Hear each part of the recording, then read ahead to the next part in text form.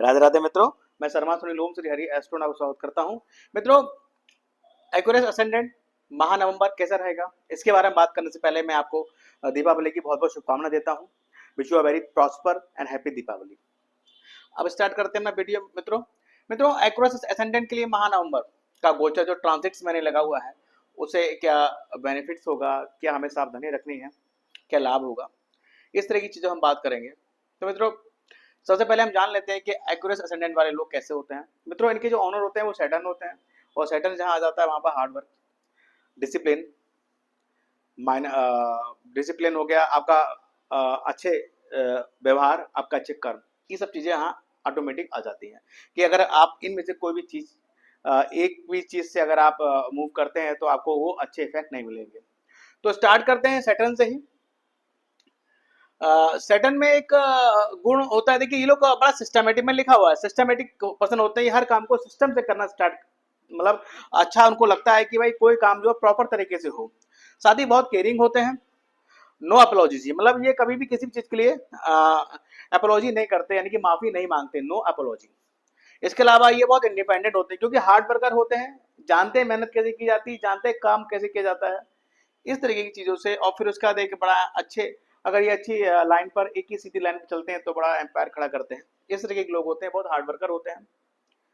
बस थोड़ा सा ये होता है कि अपने फिजिकल अपीयरेंस के लिए ये बहुत ज़्यादा अवेयर नहीं होते हैं। जैसे हैं ठीक है, लेकिन वर्किंग में बहुत ज़्यादा हार्ड वर्कर होते हैं। अब देखिए इस महीने जो सैटर्न है, जो आपका लग्नेस है, वो अभी रेट्रो है 14 नवंबर तक ये यही है, यानी कि 12th हाउस में है।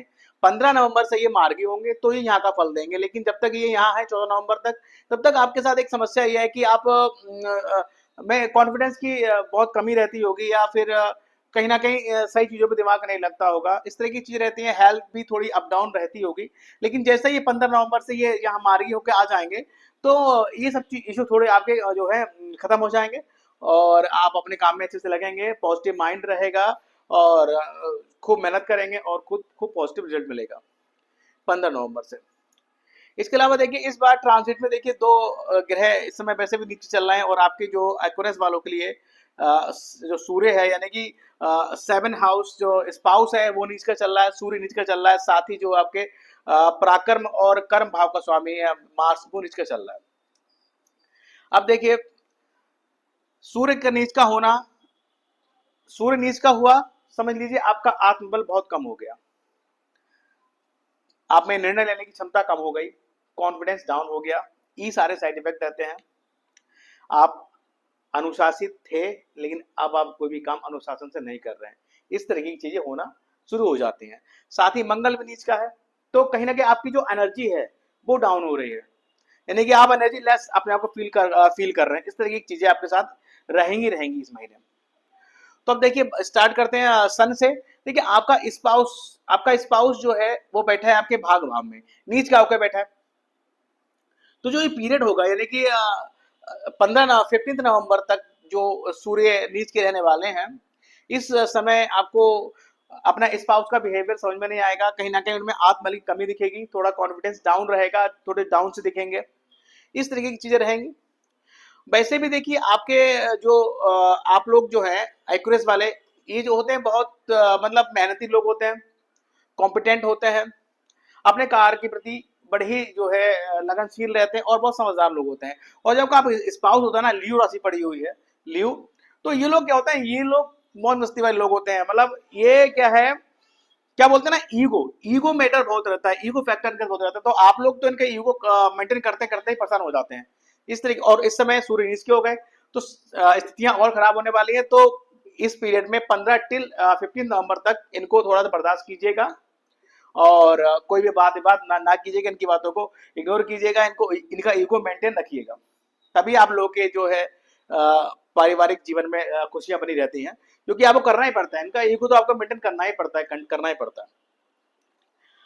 अब देखिए स्पाउस का भाग भाव में बैठा, ये जो भाग 9th हाउस में बैठना, यानी कि नीच के हैं लेकिन त्रिकोण में है। तो एक पॉसिबिलिटी ये भी है कि इस पीरियड में आप हो सकता है अपने स्पाउस के साथ कहीं ना कहीं यात्रा पर जाएं, हाँ ठीक है, स्पाउस के माइंड में ये यात्राएं जो है मीनिंगलेस रह सकती हैं, क्योंकि सूर्य नीच का है। लेकिन कहीं ना कहीं इस भाग भाव के स्वामी का जो संबंध है वो देखिए यहाँ 11th हाउस से बन रहा है। तो एक पॉसिबिलिटी ये भी है कि आप स्पाउस के साथ जब ट्रेवल कर रहे हैं या कोई ट्रिप बना रहा है तो उसमें आपके मित्र भी शामिल हो, यानी कि आप अपने मित्रों के साथ विद स्पाउस आप कहीं रिलीजियस यात्रा पर जा सकते हैं या फिर कहीं घूमने फिरने जा सकते हैं। स्पाउस शायद स्पाउस का मन उस यात्रा में ना लगे, लेकिन स्पाउस को लगे कि यार मीनिंगलेस है यात्रा, यार कहाँ ट्रेवल कर रहे हैं, जरूरत नहीं है। लेकिन कहीं ना कहीं उससे आपको लाभ होते दिखेगा। देखिए इस तरीके की, और आपके जो मित्र हैं वो शुक्र है, तो हो सकता है आपकी फीमेल मित्र आपके साथ जो है आपकी पत्नी और आपके साथ ट्रिप पे जा सकते हैं, इस तरह की चीज हो सकते हैं। लेकिन कहीं ना कहीं इस ट्रिप से आपको लाभ जरूर होगा। इसके अलावा देखिए सूर्य नीच के बैठे हैं, तो मैं हमेशा ये कहूंगा कि आप जब भी अपने ऑफिस जाएं या अपने क्या कहते हैं वर्किंग प्लेस पर जाएं तो सूर्य को जल दें, पिता के चरण छूकर जाएं।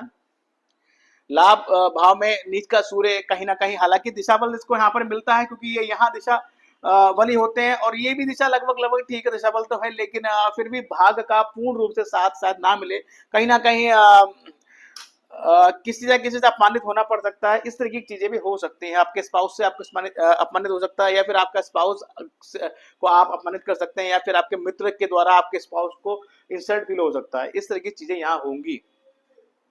इसके अलावा देखिए मंगल आपके नीच के बैठे हैं, मार्स इन 6 हाउस नीच के हैं, और मार्स तो देखिए आपके कर्म भाव का स्वामी, कर्म भाव का स्वामी छठे भाव में है। अगर ये नीच के ना हो तो कॉम्बिनेशन अच्छा है, लेकिन अगर अब यहाँ नीच के हैं तो उसका मतलब हम नीच के हैं तो ये जो है कहीं ना कहीं ये पॉसिबिलिटी बनती है कि भाई कोई ना कोई आपके बिजनेस का मतलब आपका एम्प्लॉय या फिर आपके संग जो ऑफिस में काम कर रहा है वो बंदा आपका शत्रु हो सकता है। इस तरह की चीजें हो सकती हैं, या फिर ये पॉसिबिलिटी है कि भाई आप आपके व्यापार में कोई शत्रु घुस आया है और उसकी वजह से आपको हानि उठानी पड़ रही है। ये पॉसिबिलिटी भी है। ये पॉसिबिलिटी भी है कि भाई व्यापार में हानि हुई और उसके लिए हमें जो है लोन लेना पड़ा, या कोई ऐसी पनिशमेंट ऑफिस में मिली जिसको के लिए हमें जो है हम बीमार हो गए या हमारा मोरल डाउन हो गया, या कोई ऐसी प्रॉपर्टी, जैसे मोस्टली मैंने देखा है कि जो लोग ये एक्वेरियस वाले होते हैं इनकी 10th हाउस में 8 नंबर राशि पड़ी होती है, ये मोस्टली सेना से जुड़े होते हैं, सुरक्षा बलों से जुड़े होते हैं, या फिर इनका बिजनेस होता है प्रॉपर्टी का, यानी कि ये लोग रियल एस्टेट में व्यापार करना अधिक पसंद करते हैं। अगर ऐसा है और आप रियल एस्टेट जुड़े हुए हैं तो कहना है कि किसी प्रॉपर्टी को बेचने से आपको हानि होगी, या फिर कोई प्रॉपर्टी बनाने में आपको लोन लेना पड़ सकता है, उसमें भी नुकसान ही होगा कि पता लगा कोई प्रॉपर्टी आपको जो है मूर्ख बना के चला गया, कम दाम की ज्यादा दाम में आपके बेच चला गया, आपने बैंक से लोन भी ले लिया और उसमें आपको नुकसान हो रहा है। इस तरह की चीजें भी हो सकते हैं। साथ ही देखिए आपके पंचम भाव का स्वामी जो है आपके 10th हाउस में बैठा हुआ है, यानी कि पंचम भाव का स्वामी 10th हाउस में, कहीं ना कहीं ये पॉसिबिलिटी ये दिखाता है कि आपके चिल्ड्रंस या ऐसे कोई लविंग पर्सन, अब वो बुआ भी हो सकती है और बहन भी हो सकती है, कहीं ना कहीं आपकी जो वर्किंग प्लेस पर आपके व्यापार में आपकी नौकरी में आपको हेल्प करती हुई नजर आ रही है, कहीं ना कहीं उनसे आपको यहाँ पर हेल्प मिलती हुई नजर आ रही है। साथ ही अगर आप स्टूडेंट हैं तो ये जो इंटरचेंज है, ये जो पंचमेश का 10वां भाव बैठना ये बड़ा ही अच्छा माना जाता है। ये कहीं ना कहीं अगर आप स्टूडेंट है तो आपको एक बड़ा सम्मान मिलता नजर आ रहा है। इस पीरियड में ये पॉसिबल है और ये होगा। अगर आप स्टूडेंट है तो आपको अपनी आपके आपके पढ़ाई के क्षेत्र में आपके कॉलेज से आपको अवार्ड वगैरह मिल सकता है कि भाई अच्छे परसेंटेज आ गए, अच्छा मार्क्स आ गए, अच्छा बच्चा है, इस तरह से चीजें हो सकती हैं। इसके अलावा आप देखिए आपके जो ये सबसे एक मेन चीज ये है कि राहु राहु आपके क्या है, आपके मुंह में बैठे हुए हैं, यानी कि आपके बाड़ी भाव में बैठे हुए हैं। तो कहीं ना कहीं आप अपनी बोली से कड़वे मतलब राहु क्या है, अचानक कड़वा बोल देता है, इस तरह की कुछ भी बोल देगा। तो कहीं ना कहीं आपकी बोली से आपके कुटुंब का घर होता है, आपके घर परिवार में जो है आपका विरोध हो सकता है, या फिर आप अपने घर परिवार से दूर हो सकते हैं। तो यहाँ थोड़ा संभालिएगा। सेकंड हाउस का राहु जो होता है वो इस तरह की चीज देता है, और राहु की अगर नेगेटिविटी आपको यहाँ पर दे रही है, अधिक दे रही है, तो देखिए मैंने हमेशा बोलता हूँ कि इस महीने देखिए 2 अमावस्या पड़ रही हैं, 1 नवंबर और 30 नवंबर को। तो राहु की नेगेटिविटी अगर आपको ज्यादा फील होती है या इस तरह की चीजें हो रही हैं कि भाई ये नेगेटिव इफेक्ट दे रहे हैं, तो आपको हर अमावस्या को सुबह जल्दी उठें, श्री विष्णु सहस्त्रनाम का पाठ करें, आसपास कोई नहर अगर जल बह रहा हो तो उसमें नारियल प्रभावित करें। अगर ऐसी सुविधा नहीं है तो आप यथाशक्ति नारियल जो है मंदिर में दान कर सकते हैं। ये काम आप अमावस्या को तो करें करें, लेकिन अगर ज़्यादा ही दिक्कत हो रही है, नेगेटिव इफेक्ट प्राप्त हो रहे हैं, तो आप प्रत्येक शनिवार को, अमावस्या के साथ साथ प्रत्येक शनिवार को भी ये काम कर सकते हैं। ये राहु की नेगेटिविटी को दूर करने का एक रेमेडी है, और बहुत हद तक जो है इस चीज में राहत आपको दिखाई देगी अगर आप करेंगे। करते हैं तो अच्छी बात है, नहीं करते हैं तो उसको शुरू कीजिए अगर राहु का नेगेटिव इफेक्ट कहीं मिल रहा है आपको। ये नेगेटिव इफेक्ट जो राहु की जो रेमेडीज है वो ये नहीं है कि सेकंड में होगा तभी आप करें। किसी भी भाव में बैठा है, खराब भाव में बैठा है और आपको उसका नेगेटिव इफेक्ट मिल रहा है, तो आप ये रेमेडी जरूर करें। इसके अलावा देखिए जुपिटर है, जुपिटर रेट्रो है, 3 फरवरी तक रेट्रो है। यानी कि अब हम इनको एक घर पहले माने तो यहाँ जुपिटर आ रहे हैं, तो ये जो पोजीशन है जुपिटर की है, ये कहीं ना कहीं आपके लिए विवाह के लिए ये पीरियड आपका अच्छा रहेगा। यस मैं बोलूंगा। अगर कोई व्यापार करना स्टार्ट कर रहे हैं तो ये भी मैं इसके लिए भी यस बोलूंगा। और साथ ही देखिए ये जो यहाँ का जो जुपिटर है, थर्ड हाउस का जुपिटर, ये आपके जो नेबर्स हैं और जो शिवलिंग जो छोटे भाई बहन हैं इनके प्रति भी मतलब उनके रिलेशन को अभी इंप्रूव करता हुआ नजर आएगा। साथ ही ये न्यू सोर्स ऑफ इनकम भी दे सकता है, देगा ऑब्वियसली, क्योंकि कनेक्शन इसका 11th हाउस से हो रहा है, तो ये यहाँ पर एक न्यू सोर्स ऑफ इनकम भी क्रिएट करेगा। तो राहु का जो ये ट्रांसिट है और उसका रेट्रो यानी कि 3 फरवरी तक, ये आपको बहुत अच्छा इफेक्ट देगा। कहीं ना कहीं आपको अच्छा एक राहत रहेगी कि भाई न्यू सोर्स ऑफ इनकम ही मिलेगा, कोई अच्छा बिजनेस का प्रपोजल भी आ सकता है, स्टूडेंट है तो आपको एक बड़ा अच्छा अवार्ड मिल सकता है, आपकी मेहनत की सराहना हो सकती है। अब इसके अलावा देखिए केतु आपके छठे भाव में है, यानी कि छठे भाव जो होता है आपका आकस्मिक धन प्राप्ति का होता है, बुद्ध विद्या का होता है, तंत्र विद्या का होता है। तो कहीं ना कहीं केतु का यहाँ बैठना आपको इस भाग से जो भी रिलेटेड कारतत्व है उससे डिससेटिस्फेक्शन देगा, यानी कि आपको उससे जो है सेटिस्फेक्शन प्राप्त नहीं होगा, ऐसा आपको लगेगा। और साथ ही इस जो 8वें भाव के जो कारतत्व है, कहीं मान लीजिए कि आप स्टूडेंट हैं, आपकी प्लानिंग है कि मेरे को पीएचडी करनी है या मेरे को कोई रिसर्च करनी है, तो इस तरीके की प्लानिंग अगर कोई भी है तो उसको आप गुप्त रखें, उससे मतलब किसी को शेयर ना करें, मित्र वगैरह को, वरना उसके उतने फायदे नहीं हो पाते जितने होने चाहिए। तो इसको इस बात को थोड़ा गांठ बांध दीजिए।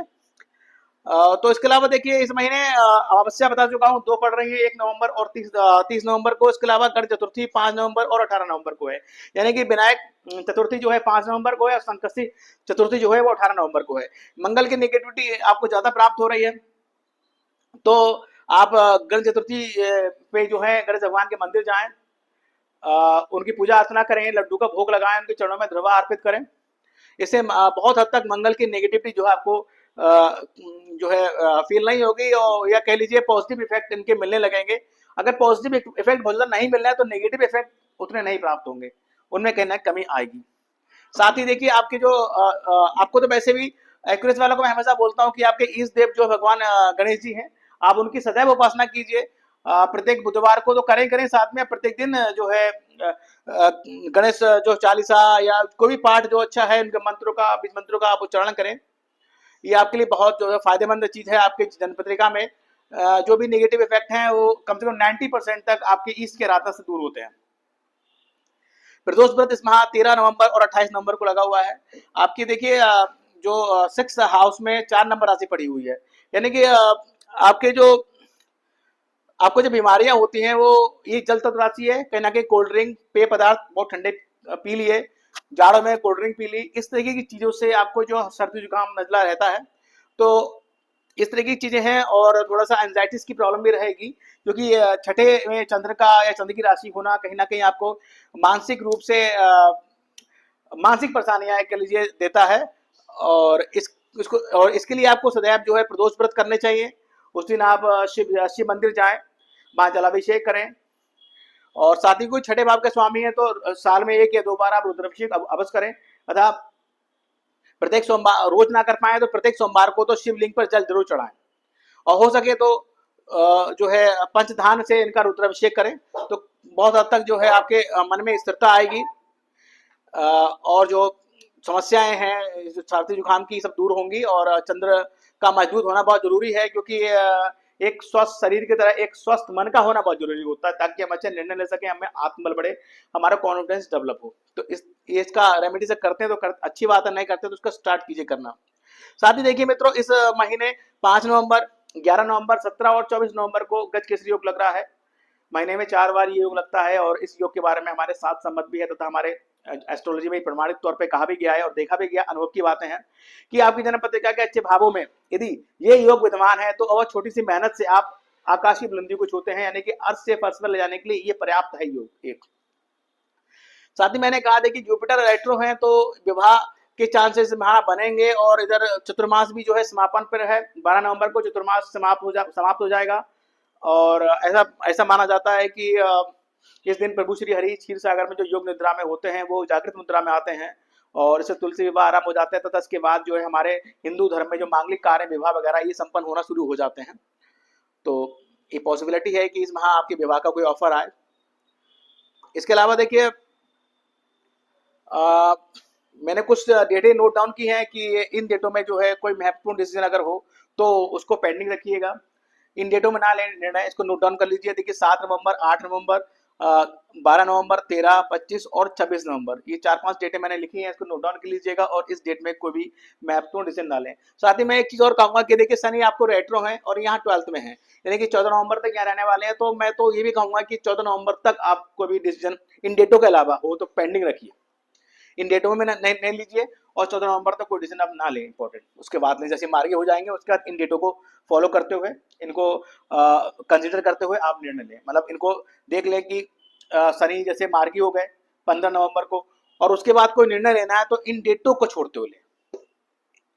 इसके अलावा देखिए जुपिटर और वीनस का इंटरचेंज है, जुपिटर और वीनस का, यानी कि 4th हाउस और आपके 11th हाउस अच्छा है, कहीं ना कहीं ये आपके सुखों में वृद्धि करेगा क्योंकि 11th हाउस उपापचय भाव है और ये वृद्धि कारक भाव है, तो कहीं ना कहीं आपके भाई आपके जो है शुक्र है आपके पत्नी के माध्यम से, माता के माध्यम से कहीं ना कहीं आपके सुखों में वृद्धि होगी और कहीं ना कहीं आपकी इनकम का एक नया सोर्स खुलेगा।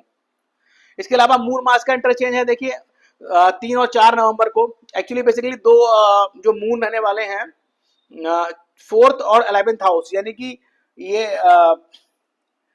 ना 4th और 10th हाउस, सॉरी 4th और 10th हाउस, इसमें क्या होगा कि वृश्चिक में चंद्र कब आएंगे, वृश्चिक में चंद्र जो आपके आएंगे वो 2 से 4 नवंबर, यानी कि 2 तारीख की शाम को आएंगे, तो हम 3 और 4 को कंसिडर करेंगे, यानी कि 3 और 4 तारीख में मार्स और मून का इंटरचेंज होगा, ये अच्छा रहेगा। अच्छा एक्चुअली इसलिए नहीं अच्छा नहीं, मून यानी मून आपके यहाँ बैठा होगा और इंटरचेंज होगा, कोई नेगेटिव इफेक्ट इसमें इसलिए प्राप्त नहीं होगा क्योंकि ये राशि परिवर्तन कर रहे हैं। अगर जैसे मान लीजिए कि मून आपका यहाँ बैठ गया कर्म भाव में, यानी कि 6ठे भाव का स्वामी आपके 10th हाउस में बैठ गया, यानी कि आपका कोई शत्रु आपके व्यापार में, आपकी नौकरी, आपके वर्किंग प्लेस पर आ गया, तो उससे आपको नुकसान होगा, आपके लिए नेगेटिव इफेक्ट देगा। लेकिन यहाँ पर क्या है, राशि परिवर्तन है, 10 लॉर्ड बैठ रहा है 6 हाउस में, 6 लॉर्ड बैठ रहा है 10th हाउस में, तो वो नेगेटिव इफेक्ट नहीं मिलेगा, यानी कि मैं तेरे घर में तू मेरे घर में, इस तरह की चीज है, तो कोई भी दूसरे घर नहीं बिगाड़े क्योंकि शत्रु भले हो इस ट्रांजिट के या इस चार्ट के अकॉर्डिंग, लेकिन जितना नुकसान वो करेगा उतना मैं भी कर सकता हूँ, इसलिए दोनों दूसरे को जो है नेगेटिव इफेक्ट नहीं देंगे, पॉजिटिव नहीं देंगे तो नुकसान नहीं करेंगे। इसके अलावा मून मास का एक इंटरचेंज और हो रहा है, ये 14 और 15 नवंबर को, यानी कि 3rd हाउस और 6th हाउस का इंटरचेंज हो रहा है। अब इसमें समस्या ये होगी कि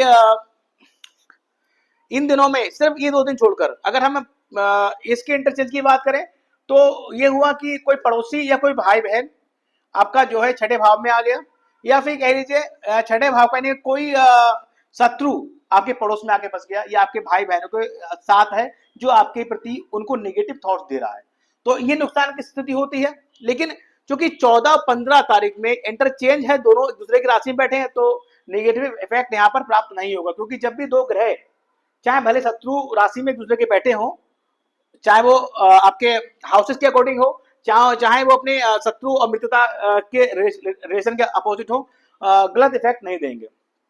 लेकिन अगर बात करें 14 और 15 नवंबर के इतर या उससे पहले इन 2 डेटों को छोड़कर, तो देखिए सिचुएशन क्या है, 3rd हाउस का स्वामी बैठा है कहाँ, आपके 6th हाउस में। 3rd हाउस क्या है, आपका पराक्रम का है, आपके नेबर्स का है, आपके भाई बहनों का है, तो कहीं ना कहीं सिचुएशन हो सकती है कि अपने भाई बहनों की मदद करने के लिए, नेबर्स की मदद करने के लिए ये एक सिचुएशन तो ये है कि आपने उनकी फाइनेंशियली मदद करनी है, आपने आपके पैसा नहीं है, आपने लोन लेके उनको पैसा दे दिया, तो ये मदद हो गई। एक मदद ये हो गई कि भाई किसी थर्ड पार्टी से उनकी लड़ाई झगड़ा हो रहा है, आप पीछे पड़े और आपने उनका सपोर्ट किया, इस कारण जो पड़ोसी का शत्रु था या आपके भाई बहन का शत्रु था वो आपका भी शत्रु हो गया। इस तरह की सिचुएशन यहाँ बन रही है, तो थोड़ा अलर्ट रहिएगा, देख दाख के काम कीजिएगा, वरना ये संभावना है कि कहीं ना कहीं आपको नुकसान फाइनेंशियली भी हो सकता है या फिर कोई एक नया शत्रु आप बोल ले सकते हैं, इस तरह की चीजें हो सकती हैं।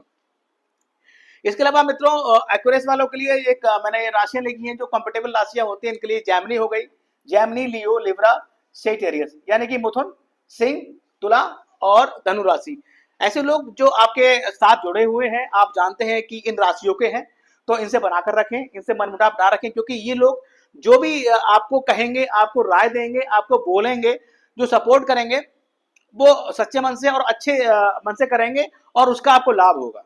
तो इनकी राय जो भी अगर लोग अगर एडवाइस करते हैं तो इनकी एडवाइस को आप अप्लाई करें, आपको फायदा होगा। इसके अलावा मित्रों देखिए, इस ट्रांसिट के बारे में जो मैंने आपसे डिस्कशन किया उसको मैंने कुछ मेन मेन पॉइंटों में लिखा है, एक बार निगाह डाल लेते हैं। मैंने मैरिज के लिए यस बोला है, रिलेशन ट्रिप हो सकता है, ये भी मैंने यस बोला। मैंने बताया कि भाई गुरु रेट्रो हो गए, थर्ड हाउस में आ गए, इनका रिलेशन सेवेंथ हाउस से हो रहा है, ठीक है भाई, ये जो है मैरिज के लिए पॉसिबिलिटी है। रिलीजियस ट्रेवलिंग हो सकती है क्योंकि संबंध इनका जो है 9th हाउस से बन रहा है। और don't take any important decision till 14 November. मैंने बोला रेट्रो है जब तक, तब तक आप अपने हर इंपॉर्टेंट डिसीजन को पेंडिंग रखिए। Visit working place, member get losses, हाँ ठीक है। जो मैंने बोला कि 10th भाव का स्वामी यहाँ आ गया, तो कहीं ना कहीं चीजें थोड़ी सी वो नेगेटिव हो गई। न्यू सोर्स ऑफ इनकम हो जाएगी, ठीक है, इस महीने आप देखेंगे कि कोई ना कोई ऐसी सोर्स प्राप्त आपको होगा नया, जिससे आपको इनकम होना स्टार्ट हो। कंट्रोल इन लैंग्वेज, राहु वाणी भाव में मुंह में बैठे हुए हैं आपके, तो अपने लैंग्वेज को कंट्रोल रखिएगा, वरना वाद विवाद होगा और परिवार से दूरी बन सकती है। Possible to take loan enemy on, possible to take loan oblique enemy on the basis of help to neighbour और सिबलिंग। मैंने बोला ना थर्ड हाउस को स्वामी 6th हाउस में है, तो कहीं ना कहीं संभावना बन रही है, थोड़ा सा ध्यान रखिएगा। कॉन्फिडेंस, स्पाउस का कॉन्फिडेंस डाउन डाउन नहीं दिखेगा, क्योंकि उनका जो सूर्य है उनको लगने से नीच भाव में बैठा हुआ है, नीच नीच का है। साथ ही big achievement for student, help receive from children और लविंग पर्सन, ठीक है। मैंने बोला कि देखिए अच्छी पोजीशन है, पंचम भाव का स्वामी 10th हाउस में बैठा है, तो स्टूडेंट को कोई बड़ा अवार्ड मिल सकता है, उनकी मेहनत की सराहना हो सकती है, उनका सम्मान हो सकता है।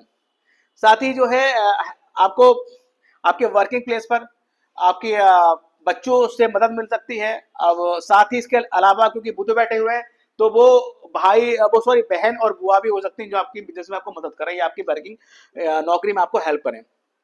अफेयर्स पॉसिबल, देखिए यहाँ देखिए शुक्र आपके 11 में बैठा है, तो कहीं ना कहीं अफेयर्स इसमें जब तक शुक्र यहाँ पर है टिल 1 दिसंबर, यानी कि 7 नवंबर से 1 दिसंबर तक शुक्र यहाँ है, तो इस पीरियड में कहीं ना कहीं कोई अफेयर होने की चांसेस भी हैं। साथ ही देखिए बिजनेस के लिए मैंने ये बोला है हेल्थ इशू रहेगा, क्योंकि रेट्रो है तो हेल्थ इशू रहेगा। अब लव लाइफ के लिए 18 और 19 नवंबर, यानी कि जब 18 और 19 नवंबर में जो है आपके चंद्रदेव कहाँ होंगे, मिथुन में चंद्रदेव होंगे, यानी कि ये देखिए वीनस वीनस का और इसका जो क्या बोलते हैं अपोजिशन होगा, यानी कि चंद्र और वीनस का, तो ये क्लब अफेयर्स के लिए एक अच्छा दो अच्छे दिन होंगे। शेयर मार्केट के लिए मैंने यस बोला है, फाइनेंशियली मैंने ठीक है, क्योंकि new source of income generate हो रहा है, 3 फरवरी तक की सिचुएशन रहेगी, तो इस पीरियड में फाइनेंशियली आप ठीक रहेंगे। स्पाउस ट्रिप पॉसिबल है, बोल दिया मैंने। इसके अलावा देखिए मित्रों एक मेन बात पे आते हैं, देखिए 2 ग्रह इस ट्रांजिट में आपके जो है नित्य चल रहे हैं। पहला आपका स्पाउस है, दूसरे जो है आपके आपका 10th लॉर्ड है, यानी कि 7th और 10th लॉर्ड जो मेन हाउसेस हैं। भाई कर्म के बगैर आप नहीं रह सकते, स्पाउस है, उसके सहयोग के बगैर भी आपका परिवार नहीं चल सकता, तो उनको ठीक करने के लिए इनसे नेगेटिव इफेक्ट प्राप्त ना हो। मार्स नीच का है, मैं चाहूंगा कि आप हनुमान जी की उपासना करें, उनके मंदिर जाएं, उनको प्रसाद चढ़ाएं, हनुमान चालीसा का पाठ करें, सुंदरकांड का पाठ करें, बजरंग बाण का पाठ करें, जो बेस्ट पॉसिबल हो आपके लिए, जितना टाइम हो उस हिसाब से आप ये जरूर करें। इससे आपके और साथ ही गणेश उपासना आप करेंगे, इससे आपके इष्ट देवी आराध्य देवी जो है गणेश जी हैं, तो आपको गणेश उपासना करनी चाहिए, इससे भी मंगल की नेगेटिविटी जो है कंट्रोल होती है। सन नीच का है, ऑफिस जाएं या अपने बिजनेस पर जाएं, पिता के पैर छू के जाएं, सूर्य को जल देकर जाएं। साथ ही आपके लिए अगर स्टोन की बात करें, पन्ना आपके लिए जो है बहुत बेहतरीन स्टोन रहेगा और आपको बहुत प्रोग्रेस देगा। साथ ही कोई भी स्टोन धारण करने से पहले मैं आपको हमेशा ये राय देता हूं कि आप अपनी जन्म पत्रिका का एक बार अच्छे से विश्लेषण करा लें। एक जन्म पत्रिका किसी अच्छे एस्ट्रोलॉजर से दिखवा लें और ये जान लें कि भाई आपके लिए जो पंचम भाव का जो स्वामी है, ठीक है, वो आपको बहुत प्रोग्रेस देगा। क्या हम उसका स्टोन पहन सकते हैं? क्या जन्म पत्रिका में हमारे मरकरी की पोजीशन ठीक है नहीं ठीक है, उसके आधार पर हमको स्टोन धारण करना चाहिए। तो मित्रों, एक छोटा सा प्रोटेक्शन था एक्रोस असेंडेंट के ऊपर माह नवंबर 2024 का। यदि वीडियो पसंद आए तो लाइक कीजिएगा और जिन लोगों ने हमारा चैनल सब्सक्राइब नहीं किया है वो प्लीज सब्सक्राइब माय चैनल। और साथ ही आपके टच में जो भी लोग एक्रोस असेंडेंट के हैं उनको ये वीडियो शेयर कीजिएगा ताकि माह नवंबर में क्या क्या होने वाला है और क्या क्या सावधानियां बरतनी है वो उसके बारे में जान सकें। साथ ही चलते चलते मैं आपको दीपावली की एक बार पुनः शुभकामना देता हूँ। Wish you a very happy and prosper Deepawali. Radhe Radhe मित्रों।